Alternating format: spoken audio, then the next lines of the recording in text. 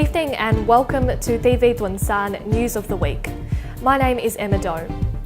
In what's making headlines this week, Vietnam's president orders police to speed up an investigation into child sexual abuse. The world's biggest cave and one of Vietnam's natural wonders possibly under threat. And Vietnam's major cities rank poorly for quality of life. In this week's top story, Hanoi authorities have been urged to speed up their investigation into a case of child sexual abuse involving 7 children. The demands follow multiple media reports that stirred up public outrage on social media and prompted the government to step in. Vietnam's president has ordered top police and prosecutors to properly handle the case and report back to the central government within March. In August last year, police in the southern beach town of Vũng Tàu opened a criminal case after 7 families at an apartment building filed complaints that a 76-year-old male neighbour had molested their daughters many times, allegedly since 2012. In recent weeks, several media reports have described the legal proceedings as slow, with no strong legal action. Vietnam's major cities have flunked a global quality of life ranking. Both Hanoi and Ho Chi Minh City are at the lower end of the Mercer Quality of Living grade. Out of 231 cities, the London-based human resources consultancy ranked Ho Chi Minh at number 152, while Hanoi was slightly lower at 156th place. The rankings measure the cities based on political, social, economic and environmental indicators, and also takes into account a city's schools, housing and public services. Singapore retained its title as the most livable city in Asia, ranked number 25 globally, while European cities dominated the list with Vienna in top place overall. A petition to save the world's largest cave from a proposed cable car has garnered over 25,000 signatures online. The Sơn Don Cave in Phong Nha Ca Bang National Park in Quảng Bình Province in Vietnam is one of the world's most famous natural wonders. The cave extends close to 9 kilometers underground and has its own ecosystem, jungle and river. The cable car project was proposed by the Sun Group in 2014, but has been stalled for 2 years due to opposition by environmental activists.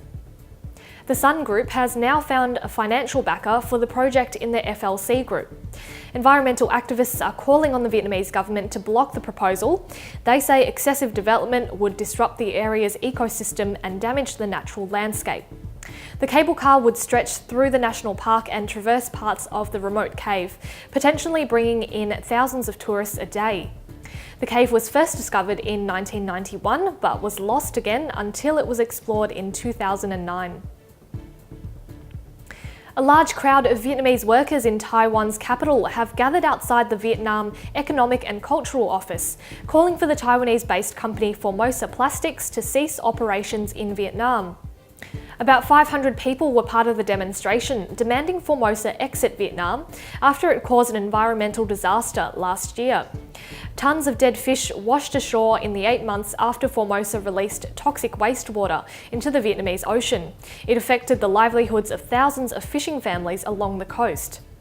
The demonstration in Taipei on Wednesday held signs reading "Stop the cover-up" and "Stop the violence," in reference to the fishermen who were allegedly beaten by Vietnamese authorities when they tried to submit their compensation claims to Formosa in Vietnam.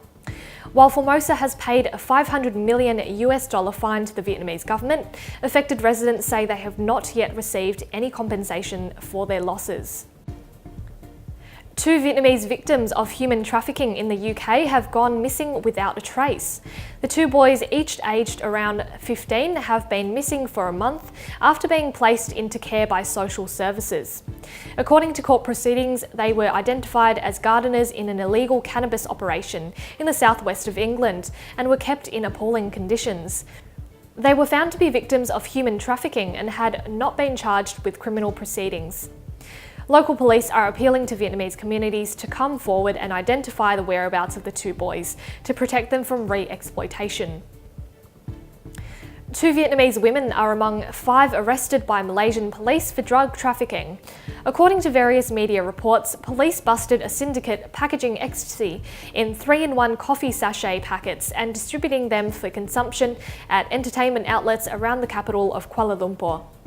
News agency Vietnam Plus reported that the Malaysian officials initially detained a 27-year-old suspect before arresting his 24-year-old Vietnamese wife and a 42-year-old Vietnamese woman at an apartment in Kuala Lumpur. At a press conference in Kuala Lumpur, Drug Crime Investigation Chief Quang Ben Kang said police also seized a handgun and drug processing tools. The suspects remain in custody pending the results of further investigation. Southeast Asian ride-sharing operator Grab is ramping up its engineering efforts by opening 2 new development centres in Vietnam and India. The main rival to Uber also plans to add more than 800 jobs across 6 centres worldwide over 2 years. Grab currently has operations in 39 cities with a network of more than 710,000 drivers. According to the company, its mobile app has clocked more than 36 million downloads. The added boost of engineers from both India and Vietnam aims to help with the company's efforts to develop local features as it works to fend off its main competitor in the region. Over in the US, a 26-year-old man who jumped the fence at the White House last week has been released under federal supervision. Jonathan Tuần-san was arrested on Friday night in a restricted area on the east side of the White House complex. In court documents, authorities said Tran was wearing a backpack and carrying a letter to President Donald Trump, alleging he was a friend and had been waiting for an appointment with Mr. Trump. Tran had been ordered to stick close to his Northern California home until his April court date in Washington, D.C. He's been charged with entering or remaining in restricted grounds while using or carrying a dangerous weapon and faces a maximum of 10 years in prison. Back to news in Australia. Vietnamese importers have balked at the high price of Australian cattle after last week's Beef and Dairy Livestock Asia conference was held in Ho Chi Minh City. Australian representatives reassured importers that the prices were driven by a cattle shortage in Australia, but importers said the high price has taken a toll on their profit margins. Australia's cattle exports to Vietnam peaked in 2015 with over 320,000 cattle traded, but that figure slipped down to just under 200,000 cattle a year later. The high price of Australian cattle has resulted in a slowdown in imports and a rise in competition from cattle from regional countries including Thailand and Cambodia. The chairman of one of the Australian companies who organised the conference said it would be difficult to predict how the market would perform this year. There will be no Anzac Day ceremony at the Long Tan Memorial in Vietnam this year, after the Vietnamese government cancelled last year's 50th anniversary plans last minute. Australia's Department of Foreign Affairs and Trade updated the travel advice website Smart Traveller, warning travellers about Anzac Day plans. According to DFAT, the Australian government cannot commit to holding an official commemoration on Anzac Day due to the unclear nature of whether Vietnamese authorities will permit the event. Vietnam abruptly cancelled last year's anniversary event the day before it was scheduled. There was no clear reason given, but it's believed the event had offended the communist government. The Battle of Long Tan is still a sensitive topic for Vietnam. The battle took place in 1966 when 100 Anzac soldiers fought an estimated 2,500 Viet Cong soldiers at a rubber plantation. That's all from TiVi Tuần-san News of the Week. For more stories, you can follow TiVi Tuần-san at tvtsonline.com.au and Facebook at TiVi Tuần-san. I'm Emma Doe, thank you so much for watching and I look forward to your company at the same time next week.